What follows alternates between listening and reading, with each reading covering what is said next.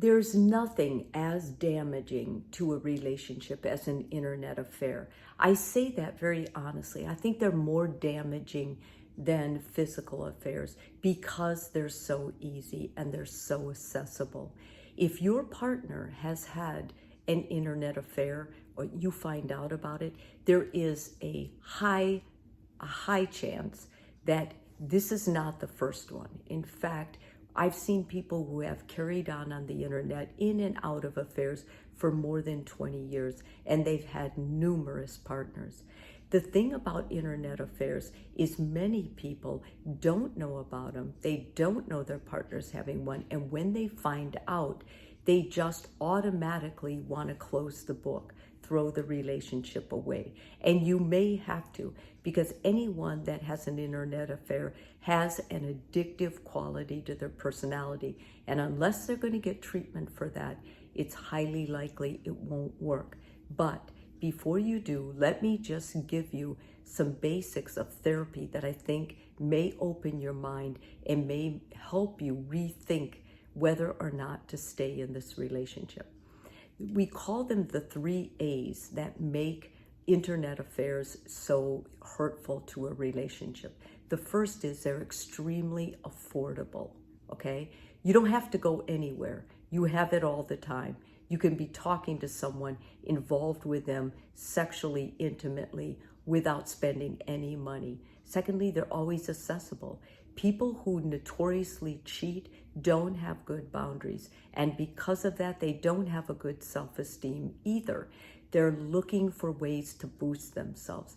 Having the accessibility to go online anytime when you're safe and in the comfort of your home makes these affairs very dangerous to those types of partners.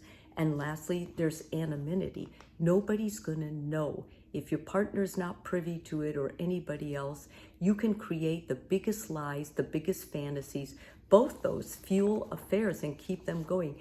You can tell this person you run whatever, you're a CEO, you're whatever, to help seduce them. Because after all, they're not going to know. They don't even really know what you really look like. I've seen people that catfish with pictures that aren't true either.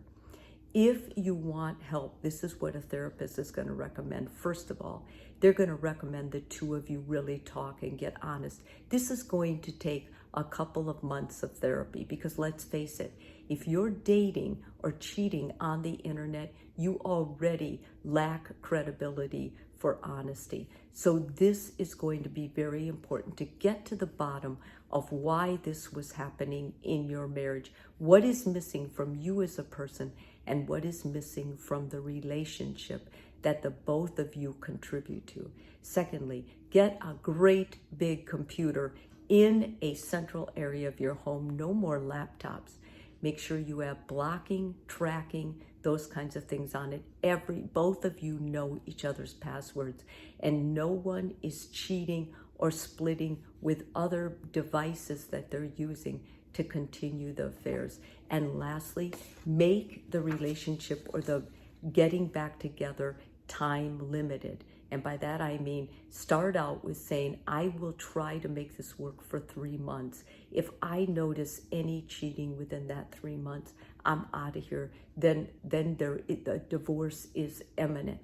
Make sure you protect yourself as well as your children. Get a lawyer. You're going to need one. And with the help of a therapist and time limits, if 3 months goes by and all the tracking is clean and your partner's remorseful and they're really trying to make it work so that the two of you can work this out, try it for 6 months. No matter what, you're in control and you have a deadline, you have a timeline. So if this person cannot stay true to the boundaries and to the commitment they promised, you don't have to stay with this marriage just because you're married or just because you have kids. You deserve better.